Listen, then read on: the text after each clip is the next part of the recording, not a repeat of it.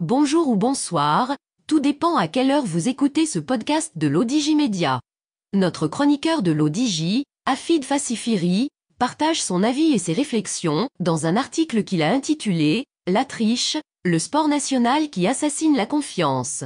Alors écoutons-le dans ce podcast. L'auteur commence son article ainsi. La triche, un sport national au Maroc. Tout d'abord, même si certains signes ne trompent pas, il n'est pas question de généraliser quoi que ce soit. La triche, tout comme la corruption, peut aller de quelques dirhams à quelques dizaines ou centaines de millions. L'auteur poursuit son article ainsi. Je ne vous parle du vendeur de légumes qui triche sur le poids, ou celui qui trouve toujours le moyen de vous fourrer 2 ou 3 fruits pourris qu'il avait pris le soin de se mettre sous la main.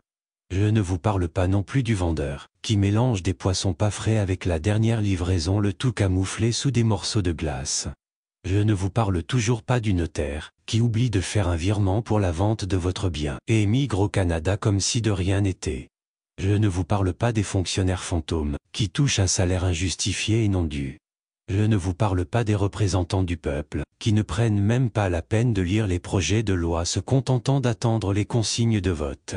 Du médecin qui vous prescrit un traitement, mais pas un autre juste parce qu'un laboratoire lui offre des vacances gratis à l'étranger. Je ne vous parle pas de l'enseignant, qui oblige les parents d'élèves à payer des révisions sous peine de représailles.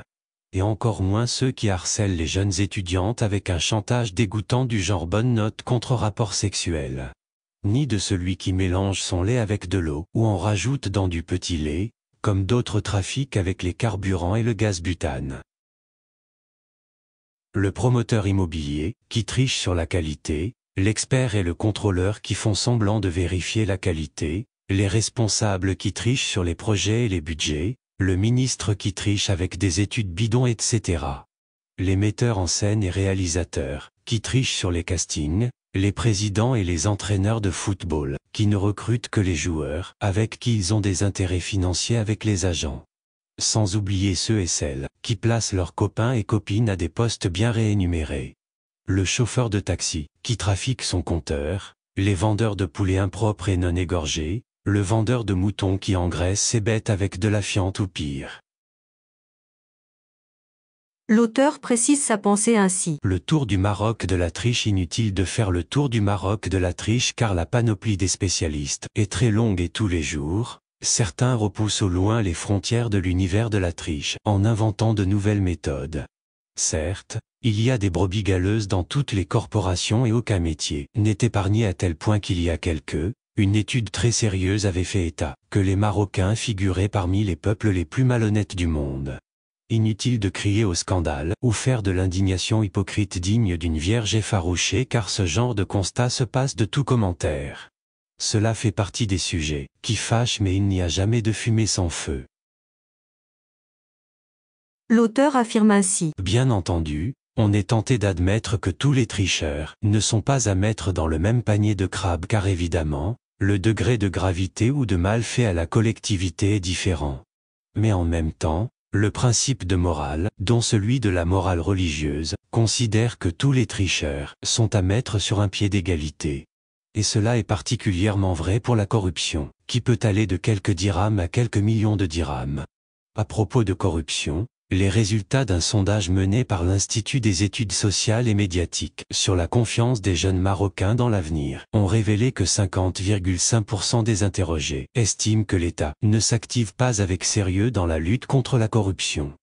45,5% des sondés pensent que l'État prend au sérieux ses engagements mais que les résultats sont insuffisants, et seulement 3,7% des jeunes estiment que l'État lutte avec sérieux contre ce phénomène et de manière suffisante. Par ailleurs, il y a quelques mois une note interne au Parlement révélait une incroyable perte de confiance des Marocains envers les élus et certaines institutions. Une note qui était passée dans l'anonymat total puisque nos députés s'étaient bien gardés de communiquer dessus et encore moins de débattre de cette vérité très dérangeante, cruelle et effarante. Certaines vérités ne sont certes absolument pas toujours bonnes à dire, mais il en restera toujours quelque chose. L'auteur conclut son article ainsi. On comprend mieux comment, avec la conjoncture de spirale inflationniste et de péril climatique, L'indice du moral des ménages est en chute libre et l'indice de confiance tel que révélé par les statistiques du HCP est atteint un seuil vertigineux. Si cette crise de confiance persiste et s'installe profondément et durablement, cela risque de produire des répercussions insoupçonnables sur les plans politiques, économiques et social. Comment et pourquoi en est-on arrivé là? Où va-t-on? Rédigé par Hafid Fassifiri et lu par l'intelligence artificielle de l'Odigimédia. Merci d'avoir écouté ce podcast de l'Odigimédia, ce bouquet de supports numériques, portail, magazine mensuel connecté, web radio et web TV. N'oubliez pas de télécharger notre application l'Odigi mobile sur Play Store et de vous abonner à notre chaîne YouTube l'Odigi TV. Vous pouvez, aussi, nous suivre sur nos réseaux sociaux, Instagram, Facebook, TikTok, LinkedIn et Twitter. Ou encore, vous inscrire sur notre newsletter quotidienne à partir du portail lodigi.ma. Alors, on se dit au prochain podcast de nos chroniqueurs de l'Odigi. Et à très bientôt, si et seulement si vous le voulez bien.